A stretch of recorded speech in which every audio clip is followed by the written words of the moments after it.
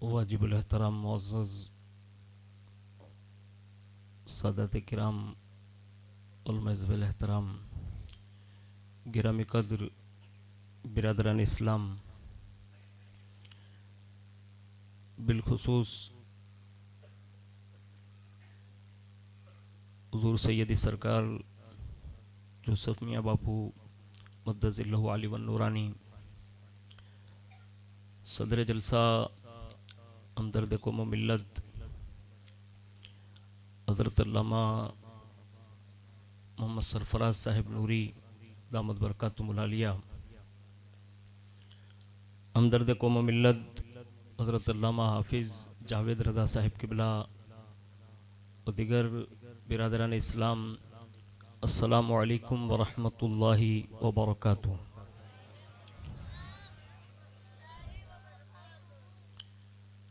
अल्हम्दुलिल्लाहि रब्बिल आलमीन वल आक़िबतु लिल मुत्तक़ीन वस्सलातु वस्सलामु अला सय्यिदिल अंबियाइ वल मुरसलीन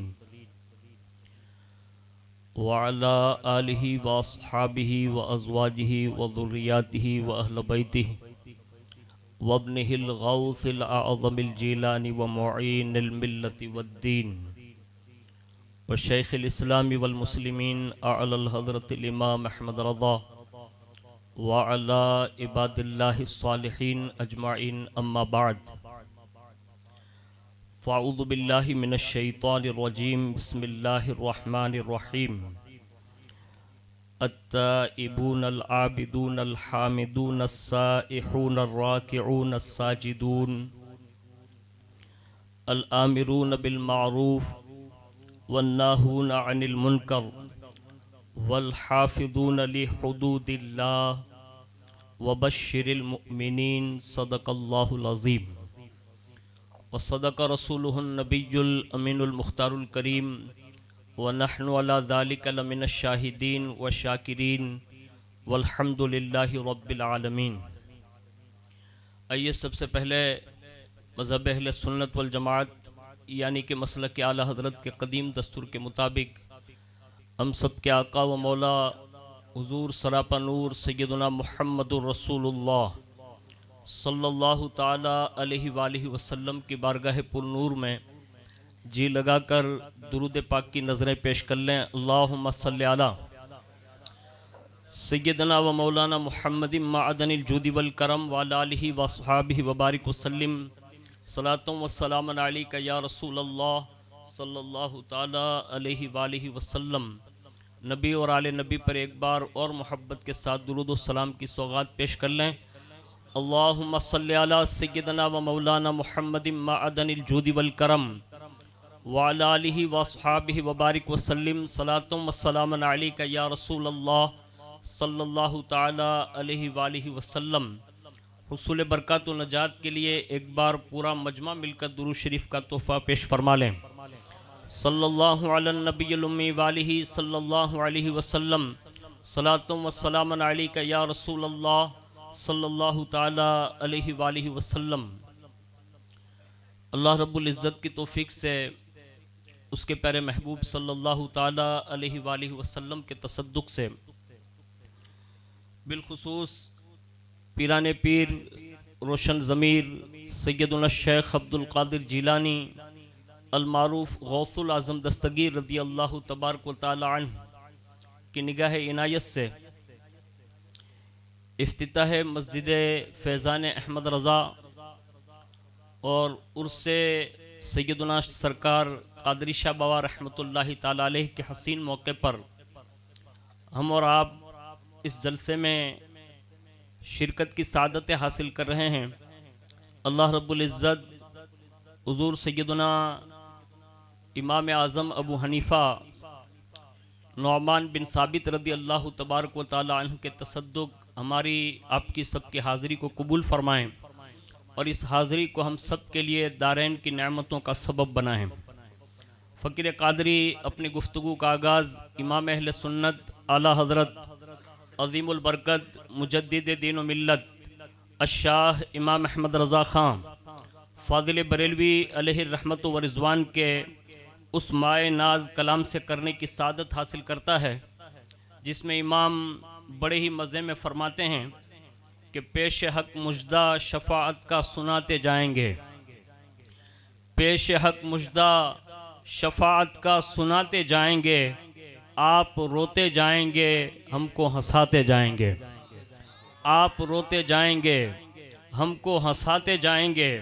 और कहते हैं दिल निकल जाने की जा है, आह किन आँखों से वो, दिल निकल जाने की जा है, आह किन आँखों से वो, हमसे प्यासों के लिए दरिया बहाते जाएंगे, हमसे प्यासों के लिए दरिया बहाते जाएंगे। और ये बात कहते हुए इमाम ने अपने कलम को मतलब यूँ कहते हैं कि जिसको कहते हैं कलम तोड़ देना, और ये सिर्फ रसूलुल्लाह की शान होगी। वो कहते हैं कि गुल खिलेगा आज ये उनकी नसीम फैज़ से, गुल खिलेगा आज ये उनकी नसीम फैज़ से, खून रोते आएंगे हम मुस्कुराते जाएंगे, खून रोते आएंगे हम मुस्कुराते जाएंगे। और कहते हैं हाँ चलो हसरत ज़दो सुनते हैं वो दिन आज है, हाँ चलो हसरत ज़दो सुनते हैं वो दिन आज है, थी खबर जिसकी कि वो जलवा दिखाते जाएंगे, थी खबर जिसकी कि वो जलवा दिखाते जाएंगे। और ये शेर पर हमें और आपको जितना फ़ख्र हो सके उतना करना चाहिए, इसलिए कि कायनात में इस उम्मत का अल्लाह के बाद अगर सबसे बड़ा वाली कोई है, वो चाहे दुनिया में हो या आखिरत में हो, या आलम अरवाह में हो या आलम बरज़ख में हो, या आलम शहादत में हो या आलम लाहूत में हो, यानी 18,000 आलम में अगर अल्लाह के बाद सबसे ज्यादा अगर इस उम्मत की फिक्र करने वाली कोई ज़ात है तो वो सैयदुना मुहम्मदुर रसूलुल्लाह सल्लल्लाहु अलैहि वसल्लम की ज़ाते वाला सिफात है। और मैदान महशर में हुजूर की शान जो होगी वो आला हजरत कहते हैं कि वुसअतें दी है खुदा ने दामने महबूब को, वुसअतें दी है खुदा ने दामने महबूब को, जुर्म खुलते जाएंगे और वो छुपाते जाएंगे, जुर्म खुलते जाएंगे और वो छुपाते जाएंगे। और आखिर में कहते हैं खाक हो जाए अदू जलकर मगर हम तो रजा, खाक हो जाए अदू जलकर मगर हम तो रजा, दम में जब तक दम है जिक्र उनका सुनाते जाएंगे, दम में जब तक दम है जिक्र उनका सुनाते जाएंगे। और कलंदर लाहौरी ने इस अबतर हालात में जो दुनिया इस वक्त बना रही है उसको देखते हुए ये बात कही थी। मुझसे पेशतर एक मुकम्मल खिताब इस हवाले से आप समात कर चुके हैं, लेकिन मैं उनकी तकरीर से कुछ हासिल करते हुए कलंदर लाहौरी का ये शेर पेश कर देता हूँ कि हमें करनी है शहनशाह बतहा की रज़ा जोई, हमें करनी है शहनशाह बतहा की रज़ा जोई, वो हो गए अपने तो रहमत परवरदिगार अपनी, और की मोहम्मद से वफा तूने तो हम तेरे हैं, की मोहम्मद से वफा तूने तो हम तेरे हैं, ये जहां चीज है क्या लोहो कलम तेरे हैं। एक बार पूरा मुकद्दस मजमा मिलकर दुरूद और सलाम का तोहफा पेश फरमा लें। अल्लाहुम्मा सल्ली अला सैयदना मौलाना मोहम्मद मादनिल जुदी वल करम वाला आलिहि व अस्हाबिहि व बारिक व सल्लिम सलातो व सलाम अलैका या रसूल अल्लाह सल्लल्लाहु ताला अलैहि व आलिहि वसल्लम। हज़रत अल्लामा जावेद नूरी साहब और हज़रत अल्लामा सरफराज नूरी साहब, इन दोनों के बयानात के बाद मेरा बयान यूँ समझें कि वो बारिश के कतरे की मानिंद है जो बारिश रुक जाने के बाद होती है। हालांकि ये मुझसे बहुत बड़े हैं और उनके जो काम हैं ये उनकी नवाजिशें हैं, और बड़ों का एक वसअत ज़रफ़ी होती है कि वो अपने छोटों पर शफ़क़त फरमाते हैं। हम दुआ करते हैं कि अल्लाह ताला इन उलमा, मशाइख और फ़ुक़हा का साया हम सब अहले सुन्नत पर कायम और दायम फरमाएं, और अल्लाह ताला ये आपसी मोहब्बतें अल्लाह हमेशा हमेशा सलामत रखें। थोड़े से वक्त में जिस उन्वान पर आज की इस नशिस्त में मुझे आपके सामने कुछ बातें अर्ज करनी है, वो है तौबा। और इस हवाले से मुताद्दिद मकामात पर आपने गुफ्तगू ज़रूर सुनी होगी। और आज से जो शाबानुल मुअज़्ज़म की ये पहली शब शुरू हो चुकी है,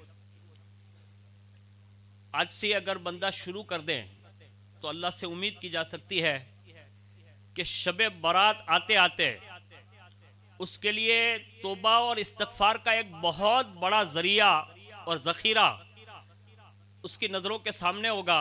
और जब 15वीं शाबान को जब उसका नामा आमाल समेट कर फरिश्ते अल्लाह की बारगाह में ले जा रहे हों, तो इन साल के आखिरी अय्याम में बड़ी कसरत के साथ अगर हमने और आपने इस्तिग़फ़ार कर लिया और तौबा कर ली, तो अल्लाह से उम्मीद है कि वो नामा आमाल जो बंद हो तो उसमें हमारे लिए खैर के साथ उसको बंद करने का हुक्म मिल जाए। इस नीयत के साथ ये कलमात समात फरमाइएगा। तौबा दरअसल है क्या? अगर बंदा गुनाह करने के बाद अगर सच्चा और पुख्ता अज़्म कर लें कि आइंदा ये गुनाह ना करूंगा, और जो गुनाह का इर्तिकाब कर चुका है उसका वो इकरार कर लें और अल्लाह की बारगाह में रुजू लाएं, तौबा करें, इस्तिग़फ़ार करें, और इन तौबा के शराइत पर अगर वो मुकम्मल उतरते हुए अगर वापस उस गुनाह की तरफ न पलटे तो ये सच्ची तौबा है। वरना हमारी और आपकी तौबा जो रोज़मर्रा के लिए और यूं कह ले कि हर हफ्ते के लिए और सालों साल, अगर मैं आप तमाम की बात कर दूं तो बजा होगी कि हम में से कोई 70 साला, कोई 80 साल का है, कोई 75 साल का है, कोई 50 साल का है, कोई 40 साल का है, या कोई 30 साल से लेकर 15-20 साल का है। हमने सैकड़ों बार लोगों के सामने और अपनी तन्हाइयों में भी तौबा तो की होगी, लेकिन अगर आप सूफिया से पूछने जाएं, फुकहा से पूछने जाएं और कुरान और हदीस की रूह से अगर आप अपनी तौबा का जायजा लें तो शायद इतने सालों में कोई एकाध तौबा ऐसी मिल जाए जो कमा हक्कहू ये तौबा के शराइत पर उतरती हो। वरना आज हमारे और आपके यहाँ हमने तौबा को क्या समझा है वो अल्लाह बेहतर जानता है, लेकिन हमारे यहाँ एक पुराने बुजुर्गों से ये चली आ रही है और सब लोग यही बयान करते हैं और हम लोग उन्हीं से सुनते सुनते सीखे जो आप लोगों तक पहुँचाते हैं। हमारे बुजुर्ग कहा करते थे कि आज के मुसलमान की तौबा ये है कि मस्जिद में जुम्मा की नमाज से सलाम फेरा, ऐसे दोनों कान पकड़े और ऐसे 2 थप्पड़ मार ली, बस इसी को वो तौबा समझ रहा है। बस यही हमारी और आपके नज़दीक ये तौबा है।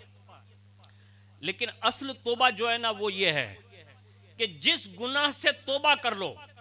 अब गुनाह कितने हैं? तो गुनाह के 2 पार्ट है, एक है कबीरा, एक है सगीरा।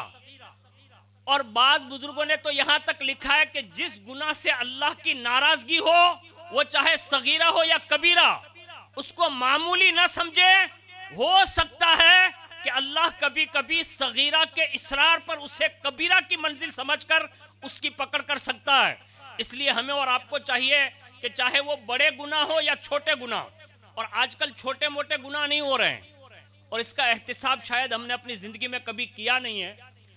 आज कई अफराद ऐसे मिलेंगे आपको कि जो माज अल्लाह चलते फिरते कुफरिया कलमात अपनी जबान से निकाल लेते हैं, उससे पता भी नहीं चलता। कभी कभी लोग ये सवाल करते हैं, हमारे बुजुर्गों से सवाल करते हैं, उलमा से सवाल करते हैं, फुकहा से सवाल करते हैं कि आखिर ये नाफरमान औलादे पैदा क्यों हो रही है? अल्लाह उसके रसूल से ये इंसानियत बगावत क्यों कर रही है? अरे एक जमाने तक जो अल्लाह उसके रसूल की फरमाबरदारी, औलिया की फरमाबरदारी, साहबा की फरमाबरदारी और ये सारी अकीदतें सलामत थी, आज इस अकीदत पर लोगों ने पानी क्यों फेर दिया? पता ये चलता है कि ये उम्मत बगावत पर इसलिए उतर आई है कि माज अल्लाह सैकड़ों बार लोगों से कुफ्र सरजद हो चुका होता है, उसके बाद कभी भी उन्होंने तशदीद ईमान किया ही नहीं होता है।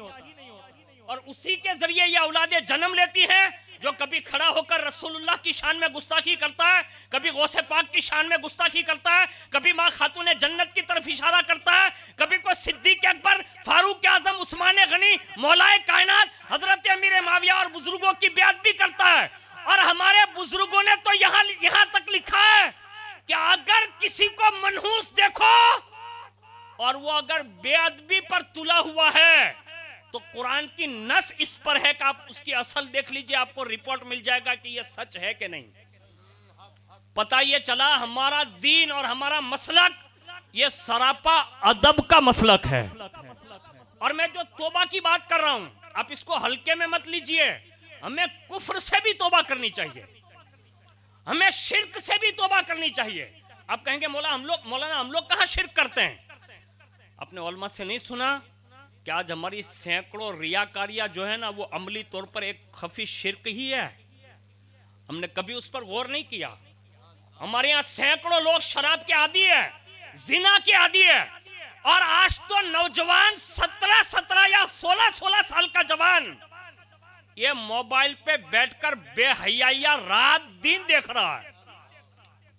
और हम में से किसी को यह तौफीक नहीं है कि हम अपने बेटों को किसी ऐसे बुजुर्ग के पास ले जाएं या ऐसे आलिम दीन के पास ले जाएं जो कम से कम 2 अच्छे कलिमात कहकर उसे तौबा की तरगीब दिलाते हैं। और हमारे यहाँ एक मार ये पड़ गई मौलाना जावेद साहब और मौलाना सरफराज साहब कि हमारे यहाँ ये जितने भी लोग बैठे हैं ना, मैं आपको नहीं कह रहा हूँ, एक जनरली गुफ्तगू कर रहा हूँ। इस वक्त दुनिया में हर बंदा ये समझ रहा है कि मुझसे बेहतर कोई नहीं है। और जब ये ज़ौक बन जाए और लोग ये समझने लगे कि मुझसे बेहतर कोई नहीं है, तो यूं समझिए कि ये शैतान का बहुत बड़ा वार है। शैतान उसे जिंदगी भर तौबा की तरफ नहीं आने देता। इसलिए अपने बड़ों का एहतराम करके, अपनी मुकद्दस जगहों का एहतराम करके, अपने बुजुर्गों से कुछ सीखिए। मैंने जब ये बात पढ़ी ना तो मुझे हैरत हुई कि हमारे असलाफ ने तो यहां तक लिखा है कि हजरत इमाम हसन बसरी पूरे शहर तो शहर, यानी बसरा तो बसरा, कूफा तो कूफा, यहाँ तक कि कूफा और बसरा की गली के कुत्ते भी निकलते थे ना तो वो रास्ता दे देते थे। लोग कहते थे हसन ये क्या है, तो फरमाते हो सकता है ये भी मेरे से बेहतर हो। यानी मैं कोई इंसान की बात नहीं कर रहा हूं, जानवर के मामले में हमारे सूफिया का ये तर्ज अमल रहा। बायजीद बुस्तामी को उठा ले, जुल्लुल मिस्री को उठा ले, जुनैद बगदादी को उठा ले, यानी अपने आप को कमतर समझा और सामने जो होते हैं ना उनको बेहतर समझते थे। आज हमारे यहाँ ये हाल हो गया कि हमने सबको कमतर समझ लिया और अपने आप को बेहतर समझ लिया। अल्लाह उसके रसूल के लिए कोशिश कीजिए। माह शाबानुल मुअज्जम जैसा अजीम महीना शुरू हो चुका है ना, तौबा करके देखिए। अल्लाह के यहाँ ये इतना पसंदीदा अमल है। ये मेरे सामने सूरह तौबा खुली हुई है और उसकी एक आयत मैंने आपके गोश गुजार कर दी जिसमें मोमिनों की 9 सिफात बयान की है। जब इमाम जाफर सादिक से पूछा गया कि अल्लाह की बारगाह में सबसे पहला अमल कौन सा करना चाहिए जो अफजल तरीन हो, तो वो इमाम जाफर सादिक जिनको अल्लाह ने अइम्मा अहले बैत में 6ठे मर्तबे पर फाइज फरमाकर गौसियत कुबरा का ताज जर्रीन अता फरमाया है, वो इमाम जाफर सादिक फरमाते हैं कि इबादत में भी सबसे अव्वलीन तरीन अगर कोई अमल है तो वो सच्ची तौबा है। और जब लोगों ने पूछा कि आप इस अमल पर कहां से इस्तेदलाल कर रहे हैं, तो आपने सूरह तौबा की आयत नंबर 112 पढ़ी और फरमाया यहां अल्लाह ने अल आबिदून से पहले अत्ताइबून फरमाया है। यानी ये अत्ताइबून इस बात की दलील है कि सच्चा मोमिन वो है जो सबसे पहले तौबा करें। और तौबा इतना वजन वाला अमल है कि अल्लाह के यहाँ अगर सच्चे दिल से कोई तौबा कर ले तो एक लम्हे के अंदर अल्लाह उसे इतनी बड़ी मंजिल पर फाइज फरमा देता है जिसका हमारा तसव्वुर भी नहीं जा सकता।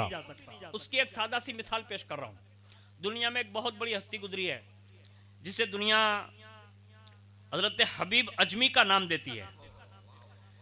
ये कायनात का वो मर्द कलंदर है कि उनकी शुरुआत की जो जिंदगी को अगर आप देख लें किसी भी किताब में तो ये लिखा है कि ये एक काम में मुलविस थे जिसको हम अपनी जबान में कहते हैं सूद खाना यानी व्याज। और आज हमारे यहाँ सट्टा, जुआ, व्याज और मैचों पर खेल खेलना और उसके सिवा जो मोबाइल पे भी शतरंज खेले जा रहे हैं, बड़ी तेजी के साथ लोग रातों रात में करोड़पति बनने के ख्वाब देख रहे हैं। याद रखिए रिज्क का मालिक अल्लाह है और जब तक पाई यानी एक एक दाना तुम्हें दे न देगा तब तक तुम्हें मौत भी नहीं आने देगा। यानी उसके इज़्न से मौत आएगी और मुकम्मल रोजी देगा। अल्लाह ने अक्ल सलीम दी है, हलाल तरीके से कमाओ या हराम तरीके से, ये दो रास्ते आपके अक्ल सलीम पर छोड़े हैं। कोशिश ये करना अपनी औलादों को कभी हराम ना खिलाना, वरना जिस खानदान में, जिस कबीले में, जिस गांव में या जिस सोसाइटी में जहां रिस्क हराम के जरिए लोगों की परवरिशें होती है, अल्लाह उस कौमों से इबादत की लज्जतें छीन लेता है। आज हमारे यहाँ अक्सर देखिए लोग शिकायत करते हैं कि मेरा बेटा है ना वो बड़ी रात में भी नहीं जाता मौलाना। यानी बड़े बड़े सिटियों में मौलाना जावेद साहब जा रहे होंगे, मौलाना सरफराज साहब जा रहे होंगे, अब जामनगर जाइए, राजकोट जाइए, भावनगर जाइए, बड़े बड़े सिटी आप देखिए, बड़े बड़े अमीर तरीन लोग हैं ना, बहुत कम लोग ऐसे हैं जिनके बेटे कभी जुमा, तो मैं कहता हूं कभी बड़ी रातों में भी पहुंचते हो तो इल्ला माशाअल्लाह। आखिर ऐसा क्यों होता है? यानी इसमें हमारे यहाँ हमारे दिन में रिस्क हलाल की भी बड़ी अहमियत है। लेकिन हालात तब्दील होते देर नहीं लगती। कुदरत ने चाहा और सच्ची तौबा कर ली कि हराम नहीं खाएंगे और अल्लाह की जात पर भरोसा करके रिस्क हलाल कमाओ, अल्लाह चंद दिनों के अंदर अल्लाह तुम्हारे दिल में इबादतों की लज्जतें पैदा फरमा देगा। और उसकी वजह सुनिए, हबीब अजमी शुरुआत का दौर है और जाहिरी तौर पर ब्याज जो है ना वो उसका बिजनेस था। एक दिन किसी से वसूल करके गोश्त ले आए, यानी पाए ले आए, बीवी से कहा पकाओ, बीवी पकाने लगी तो कहा आटा है, कहा आटा भी नहीं है। दूसरे के यहाँ गए, वो ब्याज के जो पैसे बाकी थे ना उसमें से आटा ले आए, आटा लेके कहा रोटियां पकाओ। और कुदरत जब किसी को मुतनब्बे करना चाहती है ना तो घर बैठे बैठे भी तौबा की तौफीक अता करता है।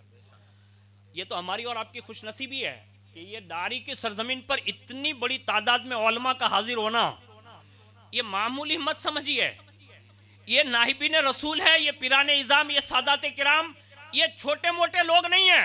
अल्लाह के यहाँ उनके इतने बड़े रुतबे हैं कि अब्दुल्ला इब्ने मुबारक फरमाते हैं कि जन्नत के अंदर अंबिया के बाद अगर कोई निचला दर्जा होगा तो अल्लाह ने इन अहले इल्म का दर्जा रखा हुआ है।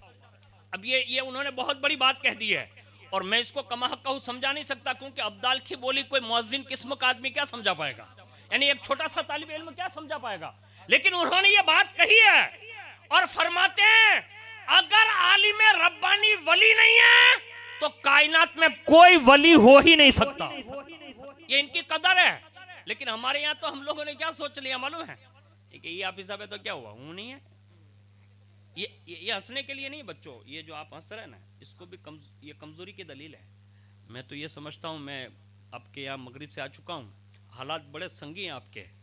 अल्लाह करे कोई ऐसे मुफक्किर लोग आपके यहाँ आए और आपकी आने वाली नस्लों को अल्लाह उसके रसूल की मोहब्बत में उस दायरे पर ले जाएं कि आपके बच्चों को देखते देखते लोगों को ये पता चल जाना चाहिए कि ये गांव आम गांव नहीं है बल्कि आशिकान रसूल का गांव है। ये इसकी ज़रूरत है। हमारे यहाँ बहुत बड़ा अदब है, लेकिन कुदरत जब चाहती है ना तो इनके पास किसी को ले जाइए और ये जो आते हैं ना उनकी कदर कीजिए। और अगर आप चाहते हैं कि अल्लाह तुम्हारे घर बैठे भी तुम्हें तौबा की तौफीक दे दे तो कुदरत यूं भी तौफीक दे देता है।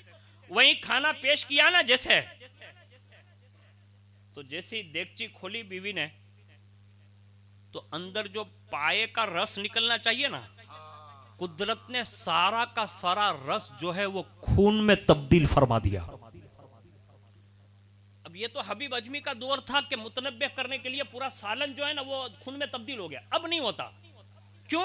ये चीज कसरत से बढ़ गई है और अब इसको लोग महसूस नहीं करते। तो आप कहेंगे कि मौलाना क्या इस दौर में भी ये हराम खाने का अजाम मिलता है? आप उठाकर देखिए, सैकड़ों लोगों को जो आज कहीं हॉस्पिटलों में, कहीं जेलों में, कहीं कोई भाई लोगों के हाथों में या कहीं के किसी के ब्याज चुकाने में या माज़अल्लाह सरकारी हुकूमत के अंडर में जो चीजें जाये हो रही है, आप उठाकर देख लीजिए, कहीं ना कहीं अल्लाह उसके रसूल की नाफरमानी हो रही थी जिसकी सजा में अल्लाह ने इतनी बड़ी आजमाइश और इम्तिहान से उन्हें गुजारा होगा। वरना हमारे यहाँ तो अल्लाह उसके रसूल के फरामीन मौजूद हैं। अल्लाह के लिए ज़कात निकालो, अल्लाह के लिए सदका दो, अल्लाह खुद अपनी शान शान तुम्हारे मालों की हिफाजत फरमा लेगा। आज बड़ी तेजी के साथ, अभी लोग इसको मजाक लेते हैं, मैं इसको मजाक नहीं लेता, बहुत सीरियस लेता हूँ और इतना सीरियस लेता हूँ कि अल्लाह ही बेहतर जानता है। मैं अपना दिल खोल के तो बता नहीं सकता, लेकिन एक बात अर्ज कर दे रहा हूँ, अगर हमारी ज़मीन का एक बालिश्त हिस्सा भी अगर कोई कब्जे में ले रहा है तो हमें और आपको पूरी कौम को मिलकर अपना एहतिसाब करना चाहिए। कहीं ना कहीं हम नाफरमानी में मुब्तला हो चुके हैं, जिसकी बुनियाद पर अल्लाह नेकों को वरासत जमीन की देता है और बाकायदा कब्जा देता है। वरना जैसे कहीं कमजोरी आई, चाहे वो आम लोगों में आए या खास लोगों में या आए, जनरली तौर पर आए, कुदरत कभी कभी एक शख्स के गुनाह और उसकी गुस्ताखी पर या बेअदबी पर भी अर्जेंट फैसला लेता है। और ये अभी अभी करीब का ही, यानी 15 दिन पहले की मैं बात बता दूं, अभी जो अमेरिका में वाकया पेश आया, पूरा शहर जो तबाह हुआ, उसकी वजह क्या बनी? कई लोगों ने अपने तखय्युलात पेश किए, लेकिन जो एक असल हकीकत सामने आई सोशल मीडिया के जरिए, कि उसमें एक खातून ने सिर्फ लफ्ज़ अल्लाह की बेअदबी की, यानी एक लफ्ज़ गॉड जो उनकी जबान में उन्होंने कहा, जिसका मतलब अल्लाह होता है, उन्होंने हिजो अपने पूरे ईवान में उड़ाई। कुदरत ने दूसरे दिन ही तबाही मचा दी। यानी कुदरत की ये गैरत है। आज हम सैकड़ों नमाजें छोड़ चुके हैं, रमजान आता है, रोजे की परवाह नहीं, मालिक के निसाब होने के बाद ज़कात की परवाह नहीं, और मालिक के इस्तिताअत होने के बाद कहते हैं अभी तो मकान बनाना बाकी है, बेटियों की शादियां बाकी है, लड़के बड़े हो जाएंगे तब हज करेंगे, आधे पैर बाहर हो आधे पैर कब्र में हो तब हज करेंगे। अरे जैसे हज फर्ज हो चुका, वो जिंदगी में कभी साकित नहीं होगा। और अगर तुमने हज नहीं किया तो उसके लिए भी वईद है, या तो यहूदी होकर मरोगे या नसरानी होकर मरोगे। आज हमारे यहाँ इसकी फिक्र नहीं रहे, तो हालात ये बनते जा रहे हैं। लेकिन कोशिश कीजिए, तोबा कीजिए, तोबा की तरफ आएंगे ना तो पल भर में कुदरत क्या करती है। बीवी ने एक जुमला कहा देखा लोगों के बच्चों के मुंह का लुकमा छीन के लाए थे, कुदरत ने ये दिखा दिया तुम्हें मुतनब्बे करने के लिए कि लोगों के खून मत चूसो। आज हमारे यहाँ इल्ला माशाअल्लाह, मैं सबकी बात नहीं करता, आपका एरिया बहुत अच्छा एरिया है, लेकिन अगर कहीं ना कहीं कोई कमजोरी नजर आ रही ना, तो उसमें हमें अपने रिस्क हलाल के मामलात में एहतिसाब करना चाहिए। कोशिश कीजिएगा, मैं जो ये जुमले कह के जा रहा हूँ ना, आपको शायद सोचने पर मजबूर कर देंगे कभी। ये हबीब अजमी का ये जुमला जो है ना, ये बीवी का, उसी वक्त दिल में मतलब तीर की तरह चुभा, दिल में इरादा बदला। जब बीवी होकर इतना तंज कर रही और ये कुदरत का अजाब मेरी नज़रों से मैं देख रहा हूँ, उसी वक्त उठे और दिल में सिर्फ इतना इरादा किया, बीवी से भी कुछ कहा नहीं, दिल में इरादा किया, चलता हूँ हसन बसरी के यहाँ जाके तोबा कर लेता हूँ। बस अभी घर में ही है, वहीं से निकले बाजार में पहुंचे। अब देखिए कुदरत क्या क्या अजाइबात दिखाती है। जैसे ही बीच रास्ते में लड़कों ने कहा हटो हटो, हबीब अजमी आ रहा है और ये सूदी कारोबार करता है, कहीं ऐसा ना हो कि उसका साया पड़ जाए तो कहीं ये लानत हम पर भी ना बरस पड़े। अभी ये जाने के वक्त है। हबीब अजमी के दिल पे दूसरी जर्ब लगी, यानी चोट लगी, मुतनब्बे किए गए। सोचने लगे कि जब बच्चों को भी ये मालूम है कि मैं ये गलत काम कर रहा हूँ, यानी ये अमल कर रहा हूँ, दौड़े हुए गए हज़रत इमाम हसन बसरी की मस्जिद में, जहाँ पर मिंबर पर आप खिताब फरमा रहे हैं, और उसी मजमे में आखिर में बैठ गए। और कुदरत का अजीब इत्तेफाक कि वहाँ हज़रत इमाम हसन बसरी की ज़बान पर यह था कि अगर कोई हबीब अजमी जैसा भी कोई गुनहगार हो और वो सच्चे दिल से तौबा करे, अल्लाह उससे भी माफ फरमा देगा। बस ये जुमले पूरे हुए, वहीं बैठे थे, खड़े हो गए, कहा अगर हबीब अजमी तौबा करे तो कहा अल्लाह उससे भी माफ फरमा देगा। यानी हमारे यहाँ रब की रहमत इतनी वसी है, इतनी वसी है कि लोगों हमारा तो बस का काम ही नहीं है। हम लोगों ने तो रहमान और रहीम खाली नाम पढ़ा है, हमने उसकी वसअत रहमत को कभी देखा भी नहीं और कमा हक कहूं समझने की कोशिश नहीं की। एक बुजुर्ग थे, मैं नाम नहीं लेता लेकिन ये उनकी सीरत में लिखा है। एक बुजुर्ग से कहा कि मैं कयामत के दिन तुझे मतलब तेरे ये ऐप खोल के ये कर दूंगा, यानी इस पे डाल दूंगा। जब ये कहा ना कि इस पे डाल देगा, तो उन्होंने अर्ज की अल्लाह से, कहा मौला अगर तू मेरे उयूब उठाकर मुझे किसी जुर्म में फंसा कर वहां डाल देगा ना, तो मैं सिर्फ इतनी जसारत कर लूंगा कि मैं जहन्नमियों को भी तेरी रहमत के बारे में बता दूंगा, यानी ये पर्दा खोल दूंगा, ये राज है। तो कहा मैं ये अर्ज कर दूंगा।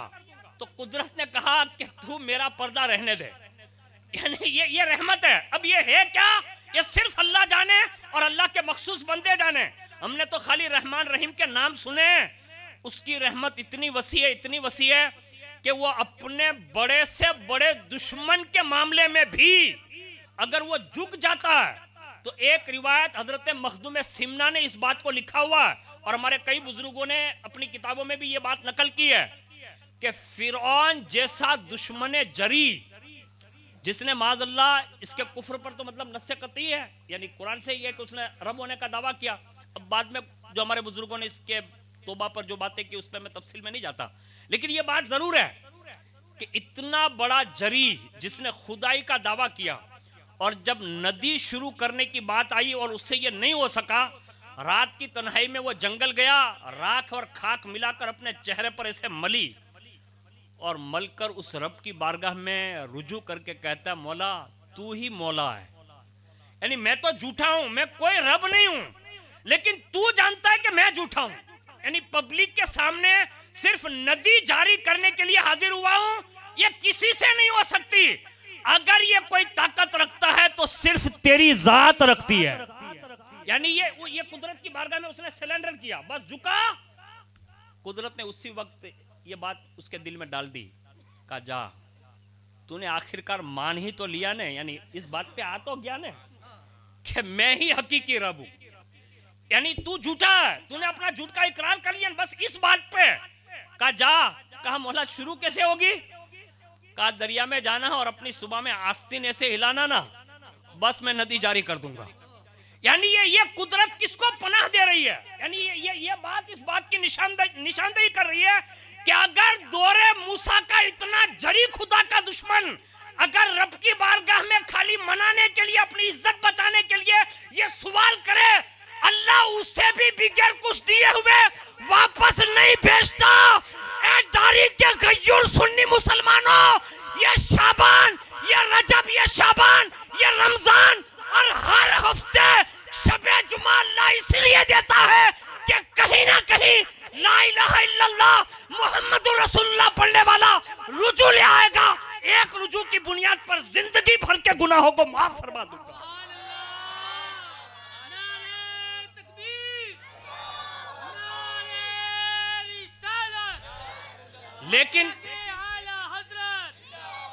लेकिन ऐसे कोई पलटे तो सही। कुदरत इस बात पर मुंतजिर है कि बंदा सिर्फ उसकी बारगाह की तरफ आ जाए सिर्फ। और हम लोगों ने जो सुन रखा है ना, हमारे यहाँ ये उलमा बैठे हैं और बड़े इदारों के जिम्मेदार लोग बैठे हैं, मिसबाहियान बैठे हैं, पोरबंदर के फारिगिन बैठे हैं, उनकी मौजूदगी में बात अर्ज कर रहा हूं। कोई कितना बड़ा कबीरा गुनाह क्यों ना कर ले, माफी की सूरत जरूर है, यानी ये सूरत है। तो मैं ये कहता हूं कि जब माफी की सूरत है और ये दरवाजा खुला हुआ है, एक साहबी रसूल के पास एक शख्स हाजिर हुआ, उसने अर्ज किया कि मैंने इतने बड़े बड़े गुनाह किए हैं, तो क्या मेरी तौबा कबूल हो सकती है? अपने से मुंह फेर लिया। वो दूसरी तरफ आया, कहा मेरी तौबा कबूल हो सकती है? आपने फिर इधर रुख फेर लिया। तीसरी बार जब वो सामने आया ना, तो आपने इरशाद फरमाया, नेकी कर, अच्छे अमल कर और अल्लाह की ज़ात से उम्मीद रख। जन्नत के और आसमान के सारे दरवाजे खुलते भी हैं, बंद भी होते हैं, एक तौबा का दरवाज़ा है जो हमेशा हमेशा के लिए खुला रहता है। यानी ये इस बात की दलील है कि हमें रात की तन्हाइयों में भी अल्लाह की बारगाह में रुजू करके सोना चाहिए। एक तौबा बंदे को कहां से कहां तक पहुंचा देती है। हसन बसरी ने वहीं कहा और हबीब अजमी आ गया है, तौबा की, और तौबा करने के बाद उसी गली से वापस पलटे ना, तो ये बच्चे जैसे बैठे ना, ऐसे छोटे छोटे बच्चे जो है ना, वो सामने मिले और एक दूसरे से कहते थे, चलो चलो हबीब अजमी आ रहे हैं, मुलाकात कर लो, सर पे हाथ रख देंगे तो किस्मतें बदल जाएगी। यानी चंद लम्हों पहले गए थे तो ये हाल था, और चंद लम्हों के बाद कुदरत ने ये पैगाम दे दिया। रोते हुए कहते हैं, अल्लाह तेरी कुदरत भी बड़ी अजीब है, चंद लम्हों से पहले ये बात मशहूर थी और अभी वापस पलट ही रहा हूं, उससे पहले तूने मेरी तौबा की बातें लोगों के दिलों तक पहुंचा दी है। यानी ये कुदरत के अजाइबात में से हैं। तौबा करो, सच्चे दिल से तौबा करो, और जो भी बंदा अल्लाह की बारगाह में रुजू लाएगा, अल्लाह उसे माफ़ फरमाएगा। ये महीना हमें इसीलिए दिया गया है, हुजूर ने इसकी निस्बत अपनी तरफ की है कि ये मेरा महीना है, और ये बड़ी रात जो आने वाली है ना, उससे पहले ये 15 रातें जो है ना, उसमें कसरत के साथ अल्लाह की बारगाह में इस्तगफार करो। मस्जिद के मामलात के बारे में हज़रत ने बहुत सारी बातें इरशाद फरमाई। हाफिज़ जावेद साहब ने यहाँ की कमेटियों के हवाले से जो बातें इरशाद फरमाई, एक वली का उर्स है और हम जो औलिया अल्लाह को मानते हैं ये कुरान अदीम से साबित है, और उस पर कई औलिया अल्लाह के वाक़यात जो है ना वो कुरान ने खुद जिक्र किए हैं। मैं एक बात हुज़ूर गौसे पाक रज़ी अल्लाह तआला अन्हु की अर्ज़ करके अपनी गुफ्तगू का इख्तिताम कर देता हूँ।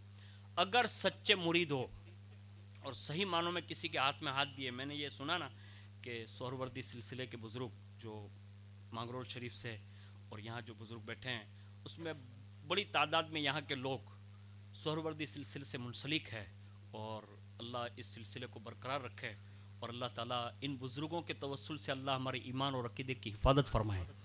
लेकिन गौसे पाक रज़ी अल्लाह तआला अन्हु से अपने छोटे छोटे बच्चों को आज से हुज़ूर गौसे पाक के हवाले करते शुरू हो जाओ।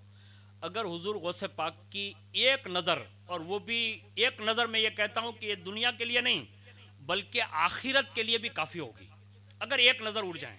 और ये हमारे बुज़ुर्गों ने ये वाक़या लिखा है, तब से मुझे भी यूँ होता है कि काश अल्लाह हमें औलाद दे देना तो हमें जल्दी से हुज़ूर गौसे पाक के हवाले उसे कर देना चाहिए। एक मुरीद था, इंतकाल हो गया। अब इंतकाल के बाद वो बाप जो था वो बेटे को ख्वाब में आया, बेटा जवान है। अब हम लोग क्या करते हैं कि मरने के बाद बहुत सारे काम करते हैं, मरने से पहले कोई नहीं करता।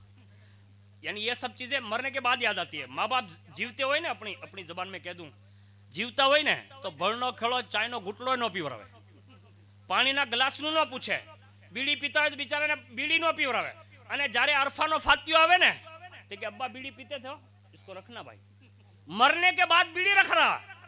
यानी ये जहालत नहीं है। अरे जीते जी माँ बाप की अगर तू खिदमत करता ना तो हुजूर गौसे पाक फरमाते हैं कि मुझ अब्दुल कादिर जिलानी को जो कुछ भी हासिल है, जाते जाते मेरी वालिदा ने मुझे एक दुआ अता फरमाई थी, और मेरे जितने भी काम हुए हैं ये किसी और वजह से नहीं, ये मेरी वालिदा की अता करदा दुआओं की वजह से हुए हैं। इसको कहते हैं माँ और इसको कहते हैं अब्बा। अपने तो बद्दी के पीछे दौड़ते हैं, अब्बा देखिए, अब्बा सलाम वालेकुम। ये हालात है हमारे। माँ बाप को कमजोर मत समझिए, ये हुजूर गौसे पाक का दौर है। बंदा इंतकाल कर चुका है, जवान बेटे के ख्वाब में कहा बेटा बड़ी तकलीफ में हूँ। कहा करना क्या है? कहा जाके दरबार कादरियत में चला जा और जाके अर्ज कर। कहा क्या? कहा मेरे अब्बा को अजाब हो रहा है। मरने के बाद ये बेटे को मतलब ख्वाब में आके कह रहा है। आप इतने सारे लोग बैठे हैं, मैं अपनी भी बात बता रहा हूँ, आपको खाली बता रहा हूँ। हम में से इतने सारे लोग बैठे हैं, बड़ी मुश्किल से हम किसी अपने रिश्तेदार को ख्वाब में देखते हो, क्योंकि हमारे यहाँ मौत, मैयत, कब्रस्तान, आलम बरज़ख, अजाब, सवाब, आखिरत के मामला, ये सारी चीज़ें जो है ना वो मफकूद होने के करीब है। यानी लोगों का तस्वुर ही मतलब गायब कर दिया गया है, हमें कोई ख्वाब में भी नहीं आता। ये पहले के लोग जो हंसी दिल वाले थे ना, उनके ख्वाब में भी आ जाते थे और उनको अजाब है या सवाब है या जो भी मिलता ना वो बता जाते थे। आज हमारे यहाँ कोई ये कोशिश भी नहीं करता। हमारे यहाँ ये फुक़हा ने मना भी फरमाया कि इस बात की जतन भी ना करें। हाँ, कुदरत चाहे और ख्वाब में दिखा दे और कोई ऐसे हालात हो तो किसी से ख्वाब की ताबीर पूछ के उसकी इसाले सवाब कर दें। लेकिन ये बंदा आया और उसने ये अर्ज़ किया, कहा कि गौसे पाक की बारगाह में जाना और मेरे लिए दुआ करवा दें ताकि अल्लाह ताला जहन्नम के अजाब से बचाकर जन्नत का हकदार बना दे। अब ये बात हुजूर गौसे पाक की ज़ाहिरी ज़िंदगी के मतलब हालात पर है, और हमारा यकीन ये है कि वली चाहे जिंदा ज़ाहिरी तौर पर हो या मज़ार शरीफ में हो, दोनों सूरत में अगर कोई गुलाम जाकर उनसे अर्ज करता है तो वो आज भी अपने मरकद में रहते हुए भी अपने गुलामों के लिए दुआए खैर फरमाते हैं। और हद तो ये है कि हमारे बुजुर्गों ने लिखा है कि मुरीद जब दुनिया से जाता है तो बाकायदा हमारे बुजुर्ग कब्र के अंदर भी तशरीफ लाते हैं और बाकायदा उनकी मदद फरमाते हैं। अब हुजूर गौसे पाक ज़ाहिरी जिंदगी में हयात है और उसने कहा कि हुजूर दुआ कर दीजिए मेरे अब्बा को अज़ाब हो रहा है, और जैसे ये जुमला कहा तो हुजूर गौसे पाक ने अपना सर अनवर झुका लिया और उसके बाद इरशाद फरमाया, कहा तेरे अब्बा मेरी मस्जिद में कभी आए थे? ये किसका कॉल है? हुजूर गौसे पाक का। अपने वाड़ियों में, मुर्गा केंद्र में, आई थी वेरावल ने, आई थी पट्टन ने, आई थी जूनागढ़ ने, आई थी मांगरोल ने, केशोद ने, आटा फेरा गिरा मस्जिद में कोई दी माँ बाप ने जावा नहीं। अब्बा तमे घरू बैठो हूँ है ना, यानी खाली आटे मरवाए हमने जिंदगी भर। कोशिश कीजिए, और जितने भी बुजुर्ग लोग हैं ना उनसे मेरी गुजारिश है, दारी का तो अच्छा ही माहौल है, मैं कोई तंज करने नहीं आया, लेकिन कोशिश कीजिए कि अब चौराहों पर बैठकर जिंदगी गुजारने का वक्त नहीं है।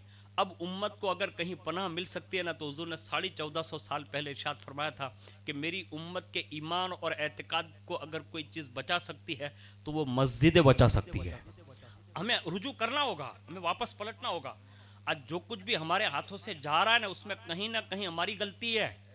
वरना जितना आप इतने बड़े मजमे में आए हो, इतने सारे उलमा बैठे हैं, आप किसी से पूछिए कि इस मजलिस में आना फर्ज वाजिब है? नहीं है।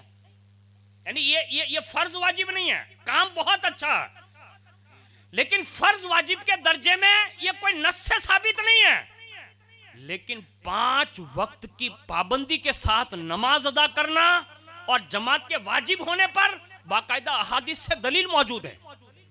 हमने वो सारे काम करना शुरू कर दिए जो नवाफिल या मुस्तहब्बात में थे, जो अहम फराइज में थे ना, उससे हम तर्क कर बैठे हैं। और गौसे पाक ने सबसे पहला ये सवाल किया, क्या वो मेरी मस्जिद में नमाज पढ़ने आता था मेरे पीछे? जवान ने कहा हुजूर पता नहीं, यानी बेटा भी ला इल्म है।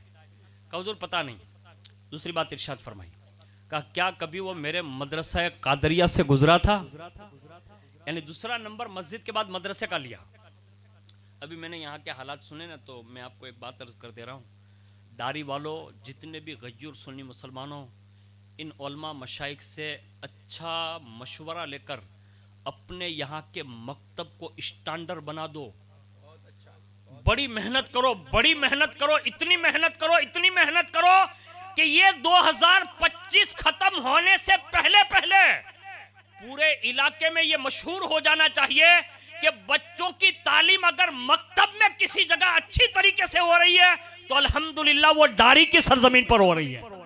इतनी हमें मेहनत और कोशिश करनी पड़ेगी, तब जाके हमारे बच्चों के ईमान का तहफ्फुज हो सकेगा। वरना आप और हम जो कुछ कर रहे हैं ना, इल्ला माशाल्लाह काम बहुत अच्छे हैं, लेकिन मोमिन को मोमिन रखना नहीं है, कितना बड़ा मुश्किल होगा, ये रसूलुल्लाह ने पहले इरशाद फरमा दिया था। मैं अपनी बात पूरी कर लूँ। हुजूर गौसे पाक ने दूसरा नाम मदरसे का लिया। जब मदरसे की भी बात मना कर दी, अब तीसरा नंबर सुनिए। हुजूर गौसे पाक ने फरमाया, क्या कभी वो मेरी मजलिस से वाज में आया? आज हमारे यहाँ ये तो इतने सारे बाहर से उलमा आए हैं, इतने सारे लोग बैठे हुए हैं, वरना डारी में इससे पहले मैं भी आया हूँ। और उसके सिवा जो मजलिस यहाँ के उलमा करते होंगे कुर्बो जवार के, उन्हें मालूम होगा। हमारे यहाँ नियाज होने तो पूरा मजमा भरा रहेगा, और जिस गरीब के यहाँ नियाज न और खाली ऐसी अगर शादी या किसी फंक्शन के मौके पर मजलिस हो ना, तो क्या अब वहाँ कहाँ जाना है? कि मौलाना जावेद साहब को तो रोज सुनते हैं, मौलाना जावेद साहब, सरफराज साहब को तो रोज सुनते हैं। ये रोज सुनने वाला जो जिगर है ना आपका, इसको निकालिए। हम लोग जो सदियों से इंतजार कर रहे हैं कि फला आलिम आएगा तब बड़ा मजमा करेंगे, फला कहेगा, नहीं, अपनी मस्जिद के इमाम और खतीब को ही सबसे बड़ा समझिए, और पूरा गांव मिलकर जिस गरीब के यहाँ भी हो बड़ी कसरत से जाइए, ताकि लोगों को ये पता चल जाए कि हम नियाजों पर नहीं, किसी के आने जाने पर नहीं, हम सिर्फ और सिर्फ मुस्तफा जाने रहमत की मोहब्बत पर जमा होते हैं। ये लोगों को बावर कराना होगा, वरना लोग आज हमारी मजाकें उड़ा रहे हैं और कह रहे हैं कि ये लोग तो खाली नियाज के भूखे लोग हैं और ये फला मौलाना आए तो इतने लोग आते हैं। ऐसा नहीं है। हम हुजूर की मोहब्बत में आना शुरू कर देंगे तो खुद ब खुद हमारे दिन बदलेंगे। और ये गौसे पाक का तीसरा सवाल है, कहा मजमे में आया? उसने कहा ये भी पता नहीं। अब जब ये पता नहीं तो आपने इरशाद फरमाया, चौथा सवाल, कहा बता उसने कभी मोहब्बत से मेरा दीदार भी किया है? ये कलिमात जो है ना गौसे पाक की इस बात के वजन को बढ़ाने के लिए इरशाद फरमाया, क्या कभी उसने मेरा दीदार भी किया? अब बेटा इतना जवान है, उस दौर में ये कह रहा है, हुजूर ये भी पता नहीं।